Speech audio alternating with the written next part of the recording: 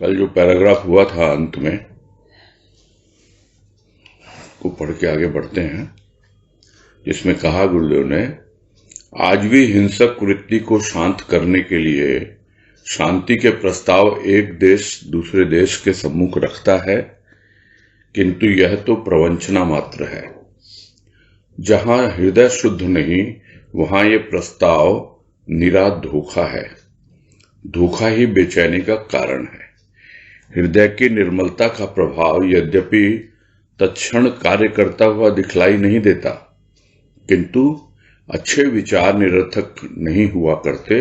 उनका असर जब होता है तो कुछ समय के लिए दुनिया के लोग सुख की श्वास ले पाते हैं। जहां गंदगी अधिक होती है गंदे विचारों की, वहां यह सुख या शांति अधिक समय तक नहीं रह पाती। यही क्रम तो चला आ रहा है चारों युगों में। शांति की कामना करने वाला व्यक्ति हताश नहीं होता। चेष्टा होती आई है और होती रहेगी जब तक कि सृष्टि प्रलय में लय नहीं हो जाती है दुनिया अनंत की गोद में और पुनः नवीन साज बाज के साथ आती है। किंतु जिस साज की चर्चा प्रारंभ में की गई उस पर ध्यान न दिया गया तो असंख्य बार सृष्टि का निर्माण कोई अर्थ नहीं रखता। निर्माण निरर्थक नहीं, किंतु जिनके लिए यह रम्य उद्यान सजाया गया उन्हीं की अज्ञानता ने अनेक बार इसे अर्थात निर्माण को निरर्थक सिद्ध करने की चेष्टा की तथा वह क्रम आज भी यथावत चल रहा है। और यही भाव लिया गया था कि दिखावे के लिए तो एक देश दूसरे देश के सम्मुख शांति प्रस्ताव रखता है, किंतु यह तो एक प्रकार का धोखा है। युद्ध की तैयारी तो भीतर ही भीतर चलती ही रहती है और यह जो धोखा है, यह धोखा ही बेचैनी का कारण बनता है। दूसरी ओर यदि हृदय में थोड़ी बहुत भी निर्मलता हो तो उसका प्रभाव तुरंत पता नहीं लगता, समय लगता है, किंतु वो प्रयास जो है वो निरर्थक नहीं जाता।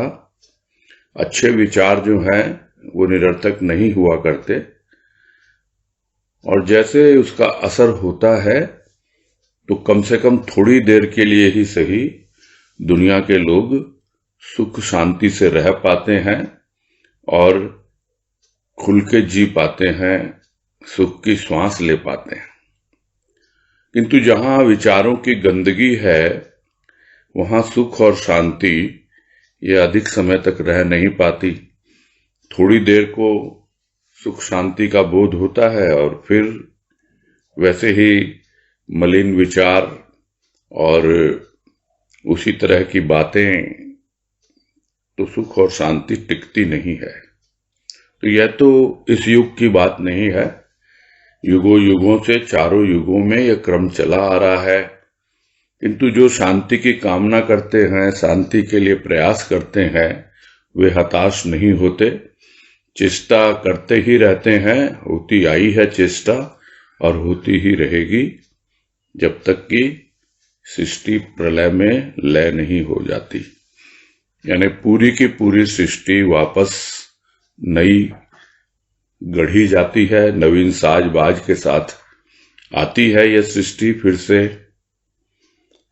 और जिस साज की चर्चा की जा रही है उस पर यदि ध्यान नहीं दिया गया तो कितने ही युग बीत जाएं, कितनी बार प्रलय हो जाए, तो भी उसका सृष्टि के निर्माण का कोई अर्थ नहीं रखता, क्योंकि सृष्टि का निर्माण निरर्थक नहीं है। इसीलिए निर्माण किया गया ताकि उसका लाभ उठाया जा सके। और यह जो मानव जीवन मिला है प्राणी को, वो उस साज को जो बेआवाज बज रहा है उसको सुन पाता, श्वास प्रश्वास के द्वारा अनुभव कर पाता। इसलिए नहीं तो फिर इसकी अज्ञानता जो है वही इस निर्माण को समझ नहीं पाती और बल्कि यह जो सृष्टिकर्ता ने सृष्टि का निर्माण किया है उसको निरर्थक सिद्ध करने की चेष्टा करता रहता है प्राणी अपनी अज्ञानता के कारण। और यह क्रम कोई आज से नहीं है, यह चला आ रहा है यथावत, यानी कोई भी हेर फेर नहीं है। जैसा पुराने जमाने में था अभी भी वही तौर तरीके हैं कि दुनिया को दोष दो, सृष्टि को दोष दो और कुछ समझने की कोशिश मत करो, कुछ जानने की पहचानने की आध्यात्मिक दिशा में कोई प्रयास करता नहीं है और इसी प्रकार आता है और अपना जीवन व्यतीत करके चला जाता है प्राणी। आज कह रहे हैं बीच बीच में कुछ ऐसे भी सिद्ध साधक आते हैं जो इस निर्माण की अपनी अपनी दृष्टि के अनुसार कटु तथा मिष्ट आलोचना करते हैं और चले जाते हैं। सृष्टि की निंदा तो अनेक धर्म प्रवर्तकों ने भी की, क्योंकि यह प्रश्न हो सकता है उन प्रवर्तकों की कुछ सुधार करने की इच्छा थी, अतः उन्होंने भी पुरानी परिपाटी का ही सहारा लिया और वह परिपाटी थी मनुष्यों की निंदा, सृष्टि की निंदा। भ्रष्ट विचार रखने वाला प्राणी न स्वयं सुख से रहता है और न अन्य मनुष्यों को ही सुख से रहने देता है। अतः मनुष्य तो अपने अनुचित कार्यों के कारण निंदा का पात्र बन जाता है, किंतु सृष्टि की निंदा किसी मात्रा में भी उचित नहीं। घर गंदा नहीं, रहने वाला यदि गंदा है, विचारों से अंधा है, तो घर की निंदा क्यों की जाए। आक्षेप उन प्रवर्तकों पर नहीं, उस परंपरा पर है जिसने इस स्वर्ग तुल्य सृष्टि की निंदा की ही प्रेरणा दी, प्रशंसा की नहीं। दृष्टि में दोष है कि सृष्टि में इसे समझने के लिए मनुष्य कुछ समय देता तो संभव है उसे ऐसी दृष्टि प्राप्त होती कि निंदा स्तुति में बदल जाती तथा जीवन कुछ और ही होता। और यही बता रहे हैं कि सृष्टि को निरर्थक सिद्ध करने की जो चेष्टा है, जो निर्माण सृष्टिकर्ता ने किया है सृष्टि के रूप में अज्ञानता के कारण, उसको निरर्थक सिद्ध करने की चेष्टा का क्रम चला जा रहा है। किंतु इस बीच कुछ साधक ऐसे आते हैं, सिद्ध भी आते हैं, जो इस निर्माण की अपनी अपनी दृष्टि के अनुसार करते हैं। जिसकी जैसी दृष्टि होती है उसी के अनुसार आलोचना करते हैं। कुछ आलोचना करते हैं मीठे ढंग से और कुछ कड़वी बात भी कह देते हैं। आते हैं, कहते हैं और फिर इस दुनिया से विदा होते हैं। और अनेक जो धर्म प्रवर्तक हैं, जिन्होंने धर्म चलाए, नाना प्रकार के धर्म चले हुए हैं, सबको हमको पता है। क्रिश्चियन है, मुस्लिम धर्म है, जैन है, बौद्ध है, हिंदू है और भी न जाने कितने सिख हैं। तरह तरह के जो धर्म हैं, उनके धर्म प्रवर्तकों ने ज्यादातर सृष्टि की निंदा की है। अब क्यों की, ये तो विचार करना पड़ेगा कि क्यों की। प्रश्न उठ सकता है कि क्यों की भाई? क्योंकि इसलिए कि उनके भीतर कुछ सुधार की इच्छा थी कि भाई लोगों को सुधारा जाए और इस सृष्टि को सुधारा जाए। तो क्या किया उन्होंने? सुधार की इच्छा थी, अपनी ओर से नया कुछ नहीं करके उन्होंने भी वही पुरानी परिपाटी का सहारा लिया। क्या परिपाटी? वो परिपाटी थी लोगों की निंदा करो और सृष्टि की निंदा करो, जो कि युगों युगों में अनवरत चलता चला आ रहा है। कितनी बार सृष्टि लय हुई है प्रलय में, कितनी बार यह दुनिया अनंत की गोद में जा चुकी है और फिर से नया साजबाज लेकर आती है, किंतु परिपाटी जो है वो बदलती नहीं। वही तौर तरीके कि भाई दूसरों की निंदा करो और सृष्टि की निंदा करो, तभी हम अपने धर्म को बड़ा करके दिखा पाएंगे, या हम बहुत अच्छे हैं दूसरों से यह बता पाएंगे। क्यों होता है ऐसा? क्योंकि प्राणी का विचार शिष्ट नहीं है, भ्रष्ट है। भ्रष्ट है यानी गलत विचार रख रहा है। तो ऐसा विचार रखने वाला प्राणी न तो स्वयं सुख से रहता है और न ही दूसरों को सुख से रहने देता है। तो निंदा का पात्र क्यों बनता है प्राणी? अपने विचारों के कारण। न वो खुद सुख से रह रहा है और न दूसरों को रहने दे रहा है, और जो भी उसके कार्य होते हैं वो उचित नहीं होते, गलत तौर तरीके व्यवहार में लेता है, और इसी कारण वो निंदा का पात्र बन जाता है। किंतु सबकी निंदा करना और सृष्टि की निंदा करना, यानी आप मनुष्य की निंदा कर रहे हो सकता है उनमें कुछ मनुष्य ऐसे भी हों जो सुख और शांति से रह रहे हैं, तो वैसे लोगों की निंदा करना कहां तक उचित है। और उसी प्रकार यह सृष्टि तो गंदी नहीं है, उसकी क्यों निंदा करे? यह तो किसी भी रूप में उचित नहीं जान पड़ता है, ये कह रहे हैं गुरुदेव। तो मनुष्य यदि अपने अनुचित कार्यों के कारण निंदा का पात्र बन रहा है तो वो तो समझ में आती है बात, किंतु यह सृष्टि की निंदा अगर कोई करता है, यह तो किसी प्रकार से किसी भी मात्रा में, कम में ज्यादा में उचित है ही नहीं। क्योंकि यह सृष्टि क्या है? यह घर है। परमात्मा ने सृष्टि रहने के लिए बनाई है। जैसे घर होता है रहने के लिए होता है, तो वैसे ही यदि कोई देखे समझे तो घर गंदा नहीं होता है। उसमें रहने वाला यदि गंदा है और उसके विचार बिल्कुल भी अनुचित या भ्रष्ट हैं, तो वो क्या तो विचार करेगा और क्या सोचेगा। तो इसलिए जो शरीर है उसका घर, उसमें जो विचार रूपी रहते हैं, उसके सूक्ष्म विचार भाव जो भी हैं, वो यदि गंदे हैं और कुछ उसको दिखलाई पड़ता ही नहीं, दूसरा कितना बताता भी रहे तो भी उसको नहीं समझ में आता। तो ऐसे में घर की निंदा क्यों की जाए? कहां तक उचित है घर की निंदा करना? हाँ, रहने वाला यदि विचारों से गंदा है और आंखों से अंधा है, कुछ दिखता ही नहीं, उसको कुछ समझ में आता ही नहीं, पूरी तरह से अज्ञानी बना घूम रहा है, तो उसका यदि उसके बारे में कोई कहे कि हाँ उचित नहीं है, अनुचित है, भ्रष्ट है, और उसकी आप निंदा कर रहे हो, तो फिर भी समझ में आता है। किंतु सृष्टि की निंदा करना उचित नहीं है। तो घर गंदा नहीं है, उसमें रहने वाला जो है वो यदि गंदा है, तो फिर घर की निंदा क्यों करे कोई?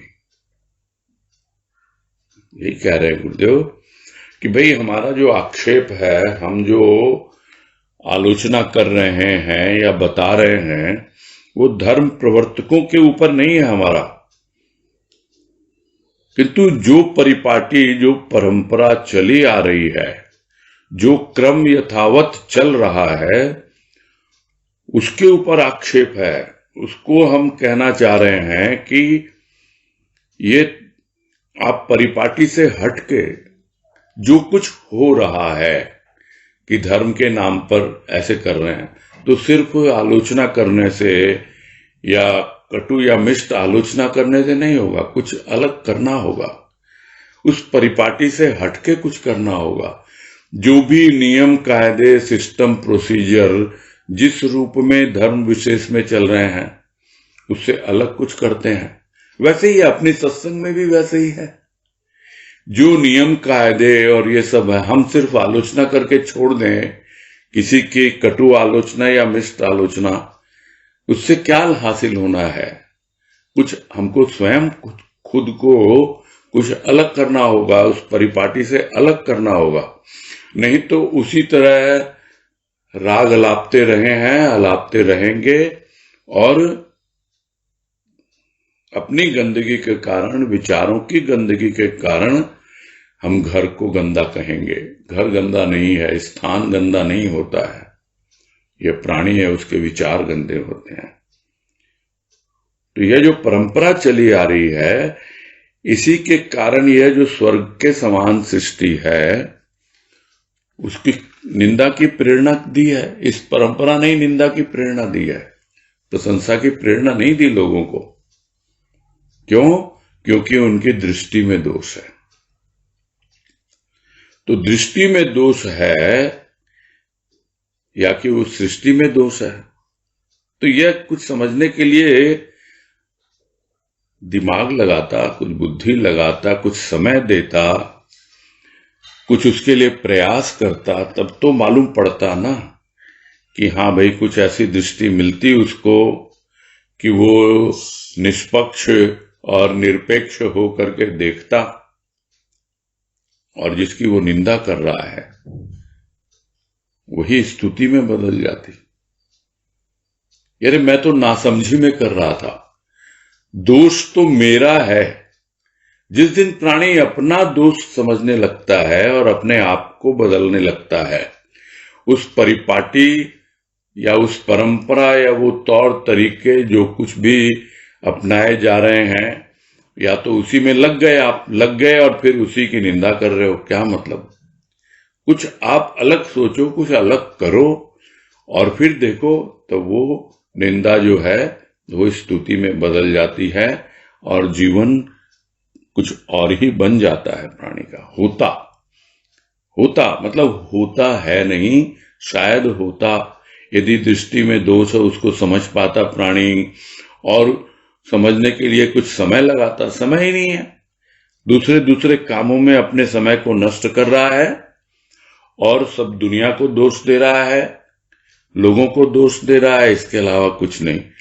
साधारण प्राणी भी दे रहा है, और जितने सिद्ध साधक, धर्म प्रवर्तक, धर्म को मानने वाले, वो सब भी यही किए जा रहे हैं।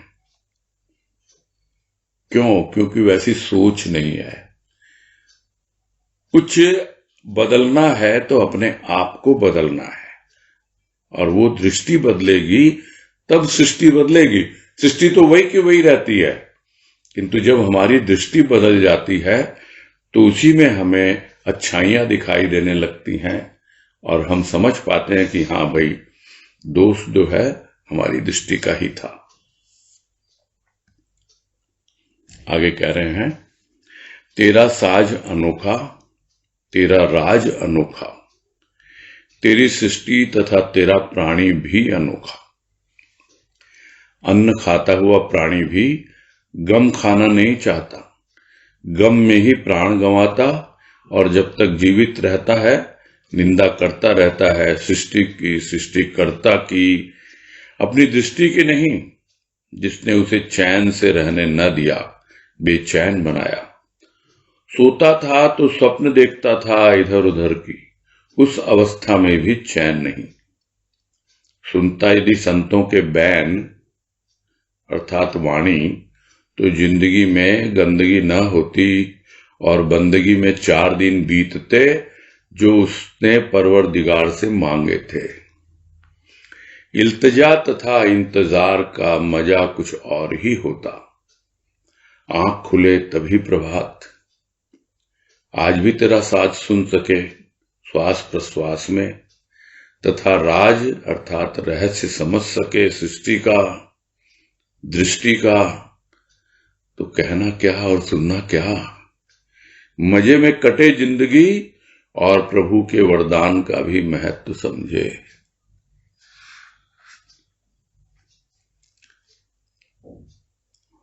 और यही कह रहे हैं गुरुदेव यहां कि यह जिंदगी, यह जीवन, यह मनुष्य का रूप, यह सब वरदान के रूप में मिला है उसे। किंतु यह प्राणी इतना अनोखा है कि जो तेरा साज है और तेरा राज है वो भी अनोखा है। वो चाहे तो उसको समझ सकता है, किंतु समझना चाहता नहीं। समय दे पाता तो शायद शायद कुछ उसमें परिवर्तन आता, नहीं तो क्या जीवन बिता रहा है। अन्न तो खाता है, गम नहीं खाता। गम नहीं खाता मतलब संतुष्ट नहीं होता। अन्न खाया, पेट भर गया ना, जो देने वाले ने दिया उससे कम से कम संतोष लेना तो सीखो। कम आया, सब कुछ बोलता रहा, किंतु गम खाया कभी नहीं खाया। अन्न खाया, गम नहीं खाया, और गम में ही प्राण गंवाता चला जा रहा है। दुखी होता रहता है, परेशान होता रहता है, और जब तक जीवित रहता है वो निंदा करता रहता है। किसकी? इस सृष्टिकर्ता की, सृष्टि की। देखता नहीं अपने आप को, अपनी दृष्टि को नहीं देखता कि उस दृष्टि के कारण ही उसे चैन नहीं मिल रहा। इस दृष्टि ने ही उसे चैन से नहीं रहने दिया, बेचैन बना के रखा। तो बात तो वही है कि जैसी दृष्टि वैसी सृष्टि, और जैसी सृष्टि वैसा ही सृष्टि करता। जो प्राणी दूसरों को कोसता रहता है, इस दुनिया को कोसता रहता है, इस सृष्टि को उल्हाना देता रहता है, तो भगवान को भी उल्हाना ही देता है। क्या मुझे कैसा दे दिया तुमने, कहां जन्म दे दिया, कौन से घर में, मैं कुछ कर ही नहीं पाता हूं, कौन से जगह तुमने मुझे भेज दिया इस भारत देश में। अरे मैं विदेश में कहीं होता, कहीं अमेरिका में, इंग्लैंड में, तो मैं ये करता, मैं इतना कमाता, इतना ठाट बाट से रहता। क्या तुमने कर दिया। पता नहीं किस किस रूपों में वो इस सृष्टिकर्ता को और इस सृष्टि को, दोनों को ही ऐसी दृष्टि से देखता है जिसमें सिर्फ और सिर्फ आलोचना है या फिर निंदा है। इसके अलावा कुछ भी नहीं है। वो अपनी दृष्टि को नहीं देखता कि मैं दृष्टि यदि बदलूंगा, कुछ मेरी दृष्टि में भाव आएगा, मेरी दृष्टि में प्रेम आएगा, तो सब कुछ मुझे अच्छा लगने लगेगा। दोस्त तो मुझ में है ना, मेरी दृष्टि में है। यह बात वो समझ नहीं पाता है, बेचैन बना रहता है, कारण ही नहीं खोजता, और खोज भी लेगा तो क्या है, सुधरने को तैयार नहीं है। भले ही सुधारने वाला आए, जो बताया पहले भी गुरुदेव ने इसमें, कि ये सुधारने की चेष्टा तो करते हैं धर्म प्रवर्तक, लेकिन वो परिपाटी वही बनी रहती है, निंदा वाली। तो वही सुन सुन के वो भी निंदा करना ही सीखता है। चैन से रहने नहीं दिया, और जब सोया भी तो सपने देखा इधर उधर का, जो करता रहा दिन भर, जो भी उसकी अतृप्त इच्छाएं, कामनाएं पूरी नहीं कर पाता था, वो सपने देखता, और फिर नींद में भी चैन नहीं, उसको चैन से सो भी नहीं पाता।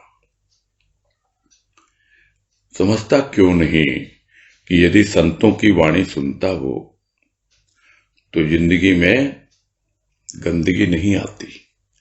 ये जितनी गंदगी है ये किसके कारण है? संग के कारण। ऐसे लोगों का संग करता है जो दूसरों की निंदा करते हैं, सृष्टि की निंदा करते हैं, सृष्टिकर्ता की निंदा करते हैं, और वही सीखता है वो, और उनकी जो दृष्टि है उसी दृष्टि से वो सबको देखता है। यदि संतों की दृष्टि से देखता, संतों की वाणी सुन करके भाव की दृष्टि यदि पाता हो तो उसकी जिंदगी में इतनी गंदगी नहीं होती। कुछ तो मैल उसका कटता। जो जन्म जन्मांतर से संस्कारों का मैल लेके ढो रहा है, वो जितनी गंदगी है उसके अंतःकरण में, कुछ तो धुलती, कुछ तो कम होता मैल। और हो सकता है बिल्कुल ही साफ हो गई होती तो जिंदगी में गंदगी होती ही नहीं, और फिर उसे आनंद मिलता किस बात का? अपने खुदा की बंदगी करने में। उसने मांगे थे जीवन के 4 दिन परवरदिगार से, उस खुदा से, कि भाई 4 दिन जो मुझे दे दे तू, किंतु कैसे कटे उसके 4 दिन? 2 आरजू में कट गए, 2 इंतजार में। और उस आरजू को पूरा करने के लिए, उस चाहत को पूरा करने के लिए, इच्छा को पूरा करने के लिए वो इल्तिजा करता रहा, प्रार्थना करता रहा, अनुरोध करता रहा अपने खुदा से। किंतु 2 दिन तो उसी में लग गए, 4 में से।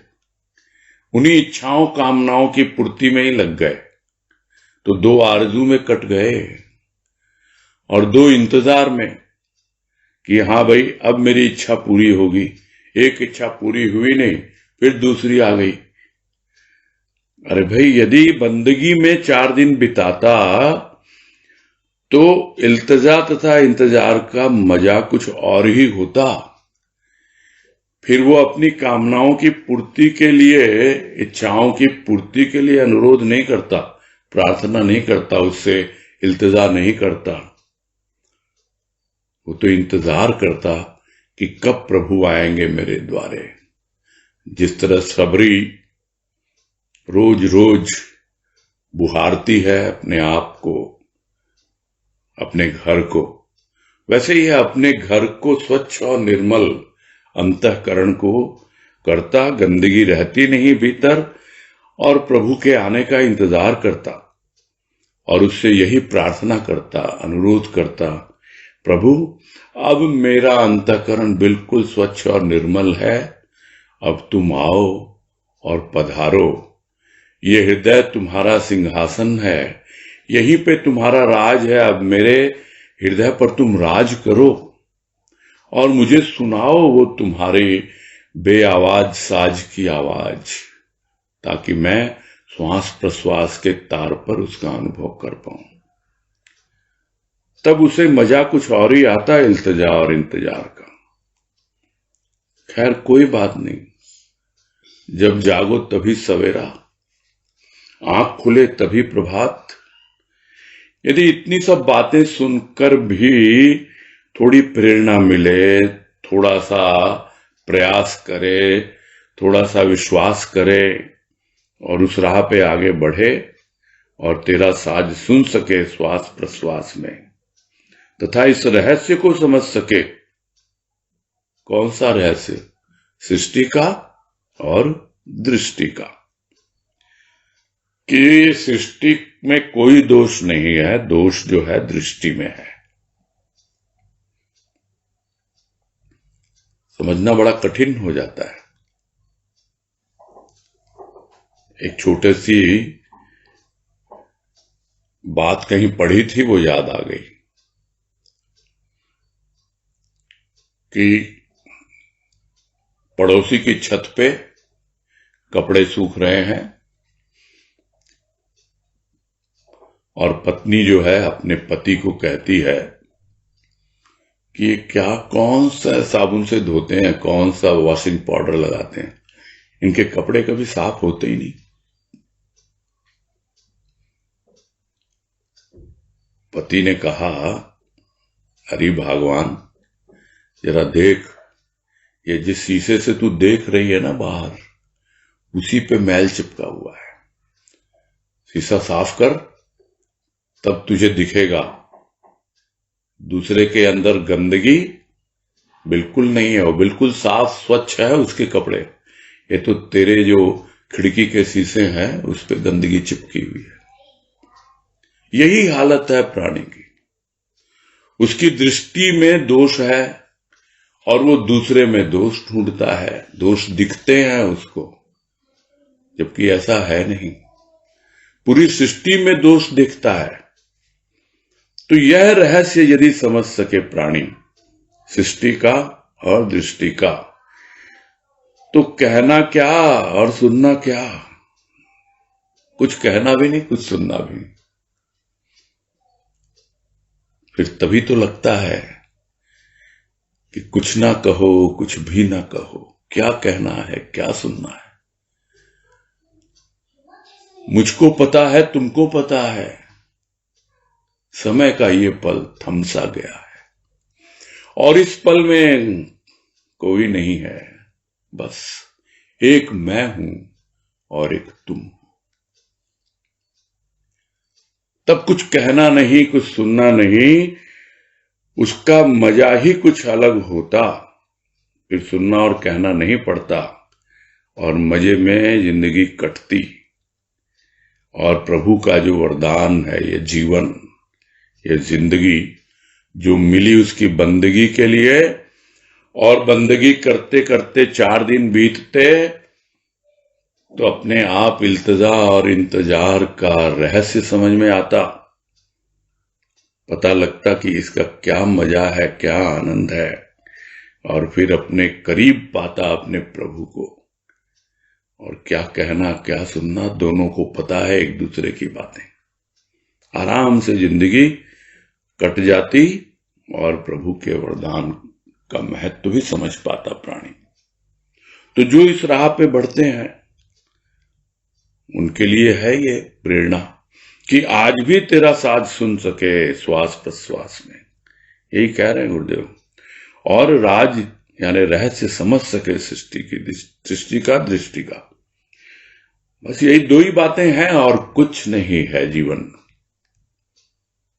न कोई आरजू है, न कोई इल्तिजा है और न इंतजार है। सब कुछ उसी में समा जाता है। तब समझ में आता है कि क्या मुझे जिंदगी दी देने वाले ने इतने आराम से कट रही है और कटती रही है, और वरदान रूप मालूम पड़ता। आगे कह रहे हैं, साज की प्रशंसा भी की और श्वास प्रश्वास में बज रहा है यह भी संकेत किया। अनहद और साज का तारतम्य भी लिखा गया, किंतु जब तक अनुभव न हो साज का, लोग कल्पना कह शांत न होंगे, कुछ आलोचना भी करेंगे।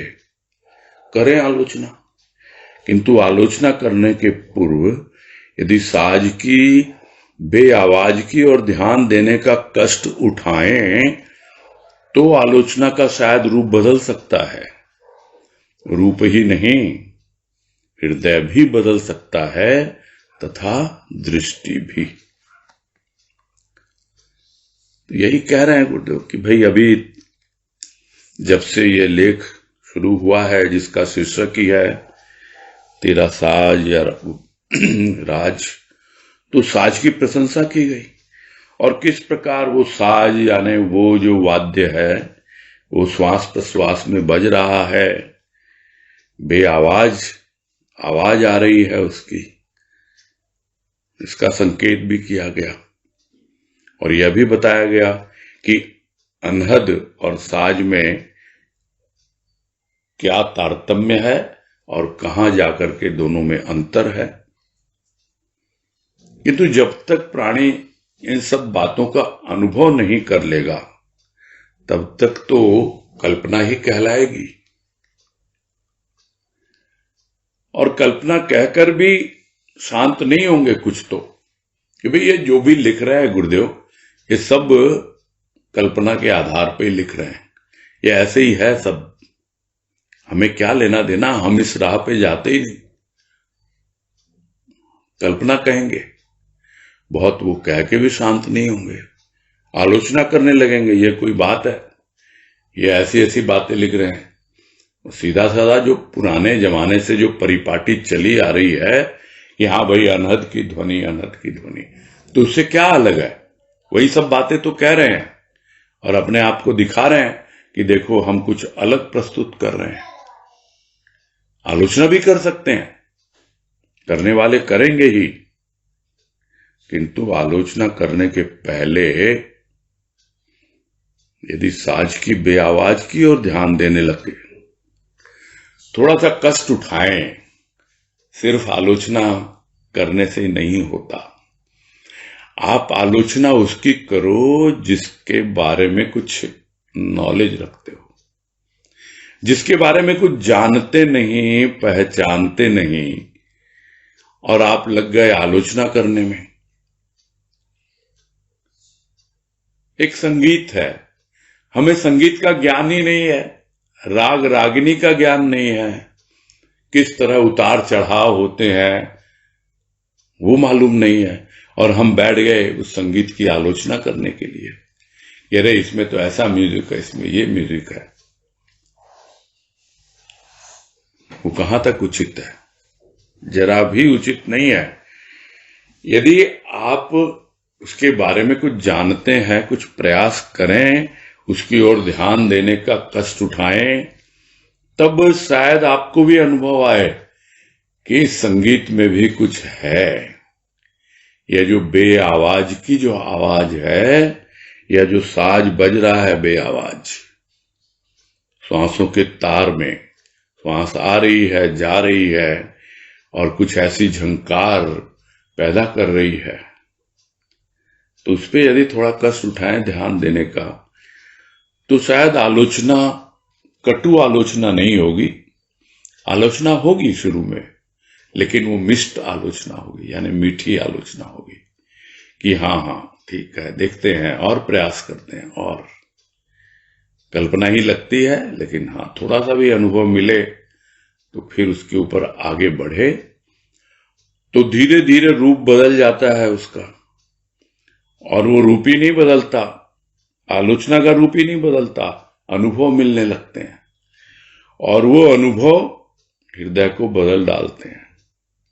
और हृदय को ही नहीं बदलते, सोचने समझने का नजरिया जो है, दृष्टिकोण, वो बदल जाता है। तो हृदय ही नहीं बदलता, दृष्टि भी बदल जाती है यदि आलोचना करने के पहले आप उसके लिए कुछ कमिटेड हो कि नहीं, मुझे तो अनुभव प्राप्त करना है, उसकी कृपा होगी, अवश्य मिलेगा। इस विश्वास के साथ हम लग जाएं उसमें, तो शायद कुछ मिल जाए अनुभव और हमारी दृष्टि बदल जाए। तो सिर्फ आलोचना करने से ही नहीं होता, अनुभव करने से ही पता लगता है। आगे कह रहे हैं, नवीन क्या है इस दुनिया में यह कहना कठिन है। रूपांतर को ही यदि नवीन कहा जाए तो कहने वाला व्यक्ति कुछ अंशों में उचित बात ही कहता है, क्योंकि उसने ऐसी बात पहले सुनी नहीं, देखी नहीं, पढ़ी नहीं, अतः उसके लिए अवश्य ही नवीन है। सभी बातें यदि मनुष्य समझ पाता तो उसका जीवन नीरस होता या सरस, कहना कठिन है। कुछ स्पष्ट है और कुछ छिपी हुई है।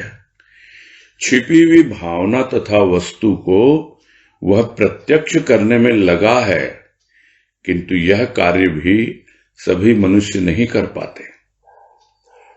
जो कुछ रस पाते हैं इन बातों में, वही लगे रहते हैं धुन में, और यदि धुन दृढ़ हुई तो कुछ रहस्य को रसमय बनाकर ही इस धराधाम से प्रस्थान करते हैं, क्योंकि उनका स्थान उसके हृदय में है जो आज भी अनेक के लिए अनजान भगवान है।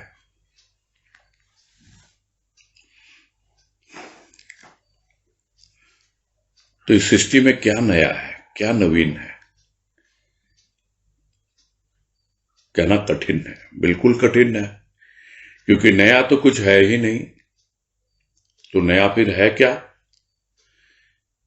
तो कोई भी चीज, कोई भी वस्तु अलग रूप में सब सामने आती है तो वो हमें नई लगती है, और नई लगती है तो कोई अगर कहता है कि ये नई है, कुछ नई बातें हैं, कुछ नई विचारधारा है, कुछ नई सोच है, तो वो है क्या? कुछ भी नया नहीं होता, सिर्फ रूप बदल जाता है। वही भाव है, वही प्रेम है जो युगों युगों से चला आ रहा है। हाँ, उसका रूप बदल जाता है व्यक्त करने का, अनुभव करने का, और लोग उसे कहते हैं कि हमें तो कुछ नया भाव मिल रहा है, कुछ नई अनुभूति हो रही है।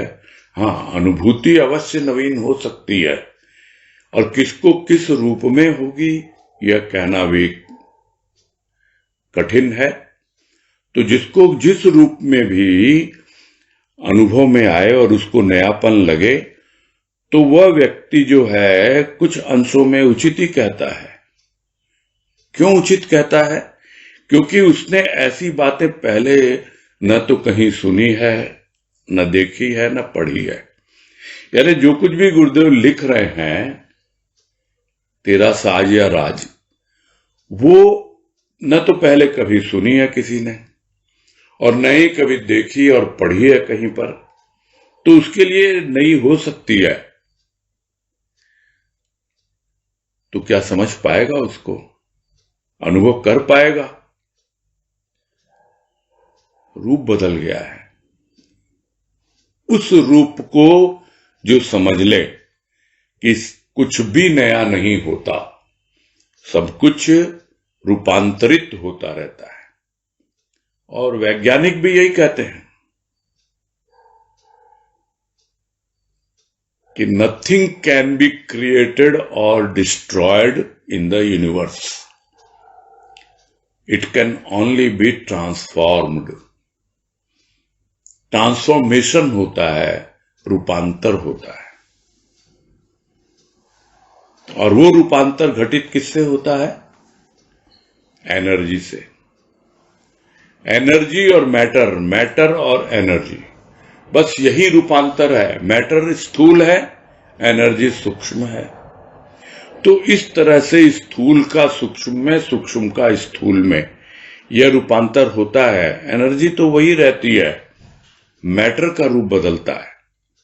वैसे ही जो भी व्यक्त करता है उसका जो मैटर है, यानी जो उसका सब्जेक्ट मैटर किस ढंग से व्यक्त किया जा रहा है, वो नया लग सकता है। ये बातें नई लग सकती हैं क्योंकि किसी ने ऐसे पहले न तो पढ़ी है, न सुनी है, देखी है, इसलिए उसको नई लग सकती हैं।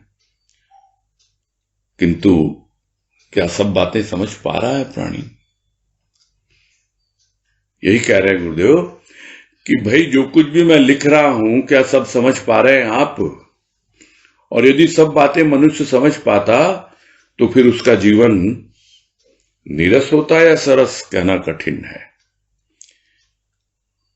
कठिन इसलिए है कि वो समझ के बोझ के तले दबा जाता, इसलिए कठिन होता। समझकर यदि ये समझे कि मैंने सब कुछ नहीं समझा, हाँ, जितना मैंने समझा मैं उसको एंजॉय कर रहा हूं, उसका आनंद उठा रहा हूं, तब वो सब बातें समझी या नहीं समझी, वो समझ पाता कि कितना भी समझ ले फिर किसी न किसी नए रूप में चीजें आएंगी, कोई न कोई नया रूप धारण करके आएगी बातें। कोई न कोई जो भी परंपराएं हम करते हैं उसमें क्या है, थोड़ा परिवर्तन होता ही रहता है, और उसको सहर्ष स्वीकार करना सीखना है। तब तो जीवन में एक नवीनता बनी रहती है, नई अनुभूतियां मिलती रहती हैं। और नहीं तो कोई समझ के बैठ जाए कि मैंने सब कुछ समझ लिया है, तो उसका जीवन क्या नीरस है या सरस, वो तो वही जाने। कहना कठिन है, क्योंकि कुछ बातें जो होती हैं वो तो बिल्कुल स्पष्ट होती हैं, यानी दिखलाई पड़ती हैं सामने। जो बात अभी हो रही थी वैज्ञानिक दृष्टिकोण से कि मैटर, वस्तु, वो दिखलाई पड़ती है, स्थूल दिखलाई पड़ता है, प्रत्यक्ष है, स्पष्ट है। और कुछ जो होती है छिपी हुई होती है, यानी वो एनर्जी से रिलेटेड होती हैं, सूक्ष्म में होती हैं। तो सूक्ष्म की बातें कब स्पष्ट होती हैं? जब सूक्ष्म में उसकी अनुभूति होती है, लेकिन वो कुछ ही हो पाती है, सब कुछ तो नहीं हो पाती। जो गुरुदेव ने अपने लेख में समझाया, कुछ और सब कुछ। तो इस प्रकार से कुछ स्पष्ट रहता है और कुछ स्पष्ट नहीं भी रहता है, छिपा रहता है। तो कैसे कोई कह सकता है कि सब बातें हम समझ पा रहे हैं? तो जो छिपी हुई भावना है, यानी जो प्रकट नहीं हुई, जो सूक्ष्म में है, उस भावना और उस वस्तु को वो प्रत्यक्ष करने में लगा रहता है कि मेरी जो भी बातें हैं, मेरा जो भी भाव विचार मैं लोगों के सामने रखूं और प्रत्यक्ष रूप में लोग उसे समझ पाएं कि हाँ भाई ये ऐसी बात है। किंतु यह सबके वश की नहीं होती है। जो हृदय में भाव विचार चल रहे हैं उनको शब्दों में बांधना, अभिव्यक्त करना, तो वो सब नहीं कर पाते ये कार्य। यही कह रहे गुरुदेव कि भाई जो मैंने व्यक्त किया, प्रथम तो उसको समझना कठिन है, कितना समझा, और समझ के फिर उसको अनुभव करना वो और भी कठिन, और फिर अनुभव करके अपने ढंग से उसको व्यक्त करना, ये तो सब हर किसी के वश की नहीं है। किंतु कर पाते हैं कुछ, जो कर पाते हैं वो इन सब बातों में रस पाते हैं। रस पाते हैं तभी वो कर पाते हैं इन सब बातों को, अन्यथा नीरस लगती है उनको और मान के बैठ जाते हैं कि हाँ भाई हमने तो सब बातें समझ ली। किंतु जिसको रस मिलता है इन बातों में, वो लगा रहता है उसकी धुन में, और ऐसी धुन में लगा रहता है और वो धुन से हटता नहीं है। प्राय देखा गया धुन लगती है शुरू शुरू में, लेकिन उस धुन में ही घुन लग जाता है, कीड़ा खा जाता है भीतर भीतर। कहां लगता हम तो धुन में ही हैं, किंतु भीतर से खोखला हो गया, कुछ नहीं, ऊपरी आडंबर, ऊपरी खेल निभते रहते हैं और भीतर में कुछ नहीं। शुरू में धुन थी, लगा था। इसीलिए गुरुदेव कह रहे हैं कि धुन यदि दृढ़ हुई, दृढ़ यानी भीतर से पोली ना हो जाए, खाली ना हो जाए, मजबूती अपनी बना के रखनी है, दृढ़ता रखनी है धुन में, तब जाकर के कुछ रहस्य जो होते हैं वो सामने आते हैं, रसमय रूप में आते हैं और उसको प्रस्तुत करते हैं करने वाले, जो उसको अनुभव करते हैं, उन रहस्यों को अपने भीतर उद्घाटन करते हैं, समझ लेते हैं रहस्योद्घाटन, और रस मिलता है उनको, और उनका जीवन स्वयं रसमय हो जाता है। और साथ ही साथ सब कुछ जो रहस्य है उसको एक बड़े ही रसमय तरीके से प्रस्तुत करते हैं, और प्रस्तुत करके इस धराधाम से प्रस्थान करते हैं, चले जाते हैं, छोड़ करके अपने अनुभव लिख करके, बतला करके, बोल करके, किसी न किसी रूप में उन रहस्यों का उद्घाटन करके और बड़े रसमय तरीके से प्रस्तुत करके वो इस धराधाम से प्रस्थान करते हैं। कहां प्रस्थान करते हैं? जहां उनका स्थान है, यानी जहां से आए थे वहीं वापस चले जाते हैं। कौन सा है वो स्थान? वो स्थान है उस भगवान का हृदय, जहां वो हमेशा रहते हैं वो भक्त। किंतु दुनिया के लिए वो भगवान भी अनजान ही है। तो लोग क्या समझेंगे कि ये तो हो सकता है शरीर मां के गर्भ से निकला हो, किंतु इनका हृदय तो उस भगवान के हृदय से निकला हुआ है हृदय। और वे एक दिन जब शरीर नहीं रहेगा तो इनका हृदय भी वहीं प्रस्थान करेगा, उसी स्थान में जहां वो भगवान रहता है, उसके हृदय में पुनः ये प्रवेश करेंगे, क्योंकि उनका स्थान उसके हृदय में है जो आज भी अनेक के लिए अनजान भगवान है। अनेक के लिए है, अनजान है वो, जो पहले बताया लेख में, अनजाने अनमाने। तो थोड़ा बहुत माने, सम्मान दे, श्रद्धा करे, तब तो आगे बात बढ़े, फिर विश्वास करे और धीरे धीरे रहस्य को समझे, जानने लगे। तब समझ में आता है कि किस प्रकार से उस रस में ही रहस्य छिपा हुआ है और वो रहस्य ही रसमय बन जाता है, और जहां से आए वहीं प्रस्थान किया। यही तो संतों का जीवन होता है। और ये गुरुदेव स्वयं अपना जीवन बता के जा रहे हैं कि भाई बहुत गिने चुने लोग ही होते हैं ऐसे कि जो अपने भीतर छिपी हुई भावना को प्रकट कर पाते हैं, व्यक्त कर पाते हैं और उस धुन में लगे रहते हैं, कभी भी डिगते नहीं हैं, दृढ़ता बना के रखते हैं, अपने भीतर की मजबूती बना के रखते हैं और फिर रसमय बना करके उस रहस्य को लोगों के सामने प्रस्तुत करते हैं। बस यही पूरा करते हैं आज।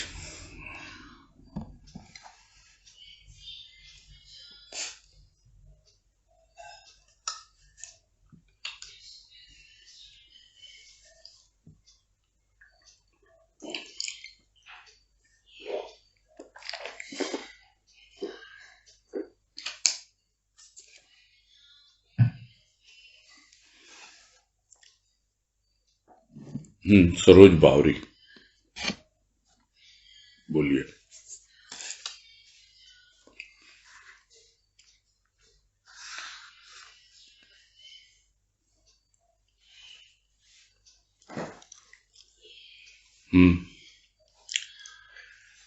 क्या वो अनम्यूट नहीं हो रहा है क्या?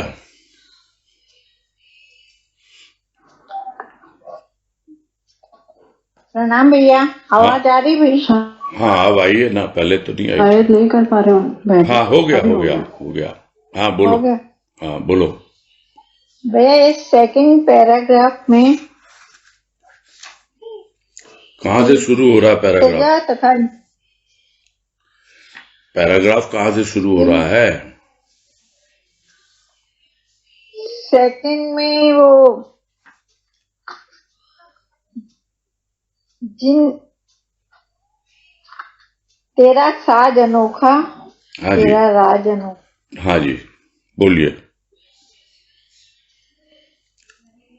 उसमें मतलब लास्ट में है, इल्तिजा तथा इंतजार का मजा कुछ और ही होता है। हाँ जी आंख खुले तभी प्रभात जी। तो इसका थोड़ा सा खुल के समझाएंगे? अपनी समझ में तो पूरा खोला गया है कि 4 दिन क्या है, तो लोगों के 4 दिन कैसे बीतते हैं जिंदगी के। 2 आरजू में कट गए, 2 इंतजार में, ये बात हुई ना। बस वो तो आरजू करते रहते हैं, कामनाएं इच्छाएं लेके बैठे रहते हैं और बाकी जिंदगी वो इंतजार ही करते रहते हैं उन कामनाओं की पूर्ति के लिए,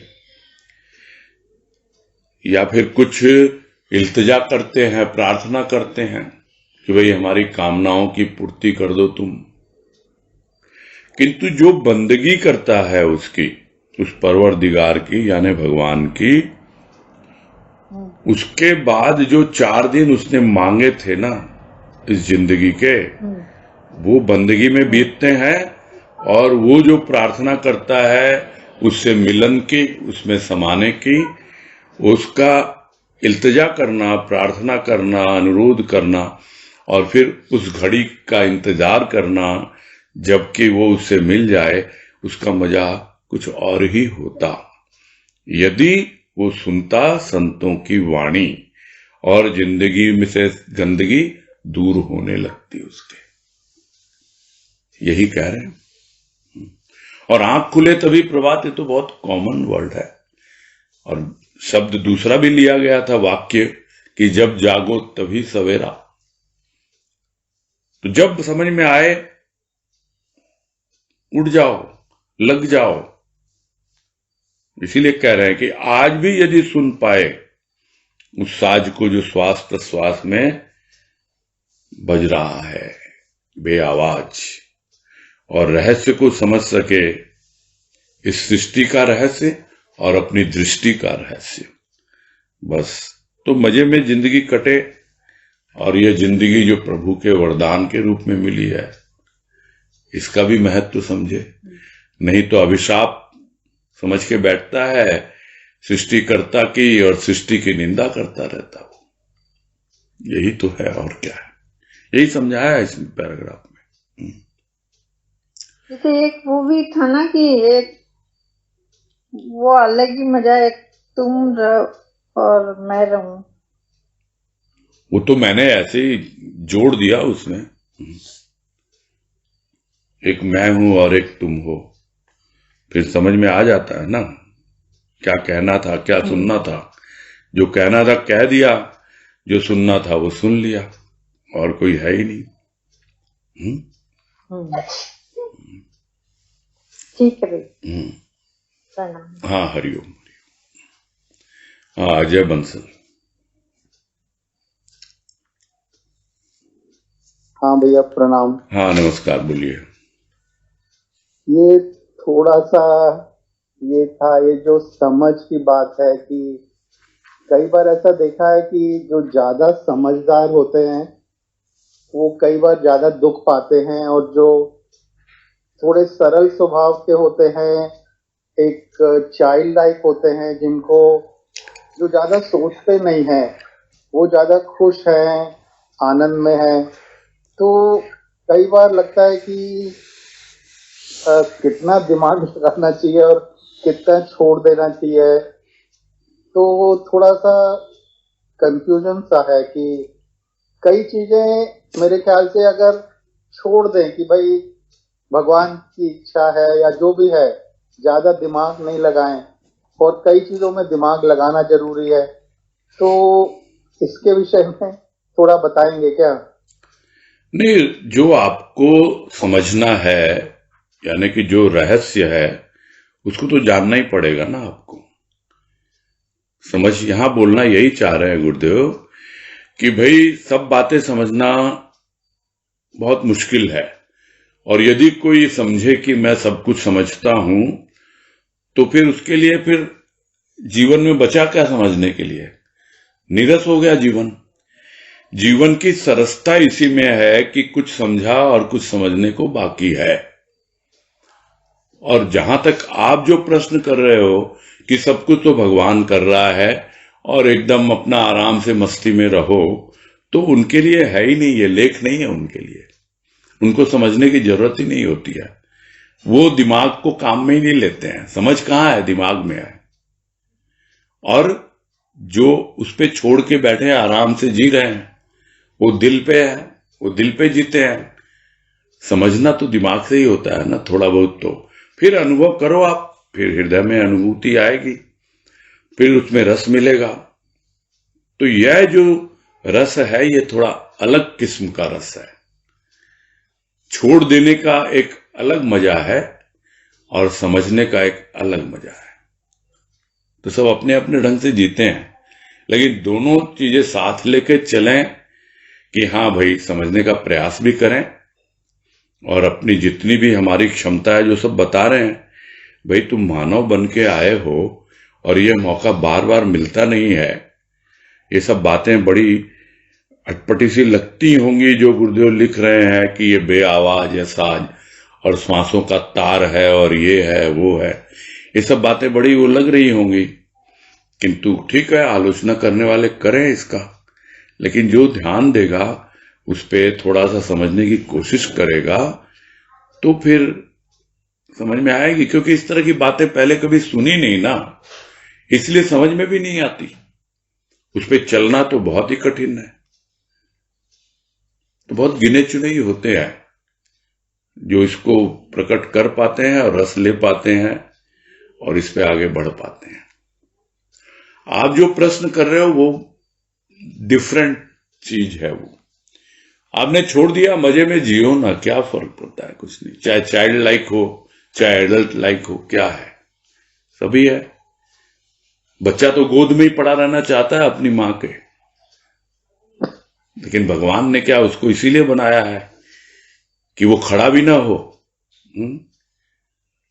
खड़ा तो होना ही पड़ेगा ना। तो अपने पैरों पे खड़ा होना, चलना सीखना, तो आध्यात्मिकता में भी ऐसे ही है।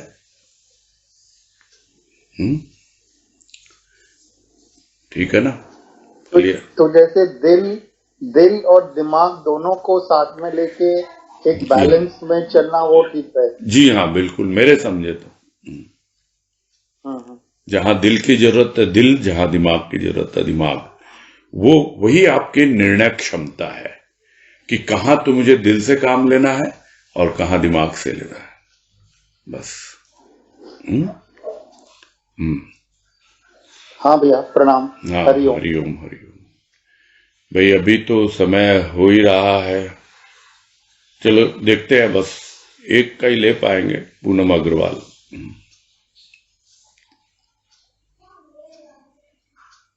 बोलिए। हरिओम भैया। हाँ हरिओम, बोलिए। हाँ भैया, ये जो कल ये पैराग्राफ आया था, अनहद और साज में अंतर है,